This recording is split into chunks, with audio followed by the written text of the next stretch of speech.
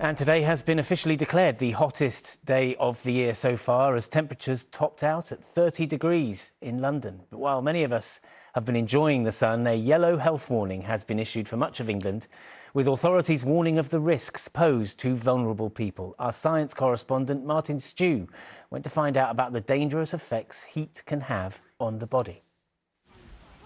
Summer's here. Cue shirts off, ice creams out, and weather warnings it feels like we never used to need. An amber warning for extreme heat. It is strong, that's officially hot. With high UV. They warn you about everything now. Either it's too hot or it's too cold. It is overkill. Allow us to enjoy the sun, we don't get it enough. This graph shows the numbers behind the nagging. The shaded areas were heat waves in the summer of 2022. The red line shows temperatures, the black line is deaths.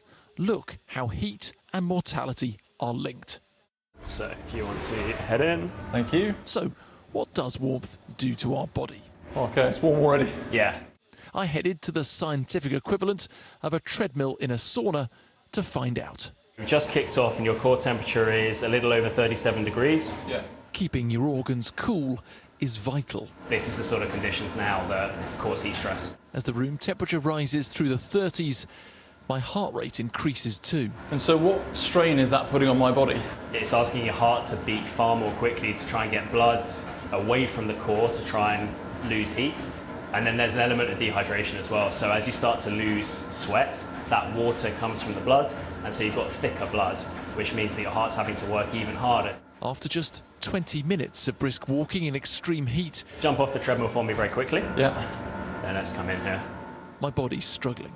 Good, so that's reading 38.4 degrees on the ear at that point. And if you were to present with that sort of temperature in a hospital, they'd be very concerned about you. According to the World Health Organization, there are 176,000 heat-related deaths each year in Europe. As a result of climate change, they say the number of over 65s dying from heat has increased 85% this century. As we're growing wiser with older age, I think that our bodies are getting older, so the heart simply isn't as strong. The kidneys simply aren't as good. Back in the sauna. So let's step out there and this will feel delightful for you. The experiment is over. Oh, that's better. James's advice, avoid getting overheated in the first place and drink plenty. Of course, for most people, enjoy the sunshine, but understand for some, the warnings are important. Martin Stew, ITV News. Now, as you've probably noticed, it's a little warm outside, with temperatures expected to reach around 30 degrees in parts of the country.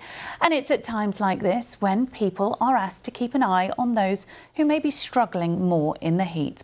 Well, Layla Hayes has been to Wandsworth to find out how a group of elderly residents are keeping cool. Hi, well, I'm here at the Gwyneth Morgan Day Centre, where lots of older residents come to enjoy a range of different activities. Natalie is the chief executive here. Natalie, what are you doing to keep everybody cool in this heat? Well, we're making sure that people have enough to drink, to keep cool. Ice lollies, we're doing lots of activities that help support people in the heat. So, for example, they're making fans right now that they can use on public transport and they can use when they're at home.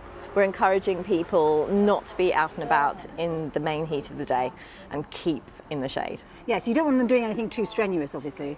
No, exactly, and particularly people who have chronic health conditions, we need to be really careful to make sure that they don't overdo it. Yes, because you also have visitors here with various disabilities and also dementia, don't you? Yes, particularly people with dementia need extra support at this time. And are you having to sort of put any fans in the rooms and things, or do you have air conditioning? We're very lucky.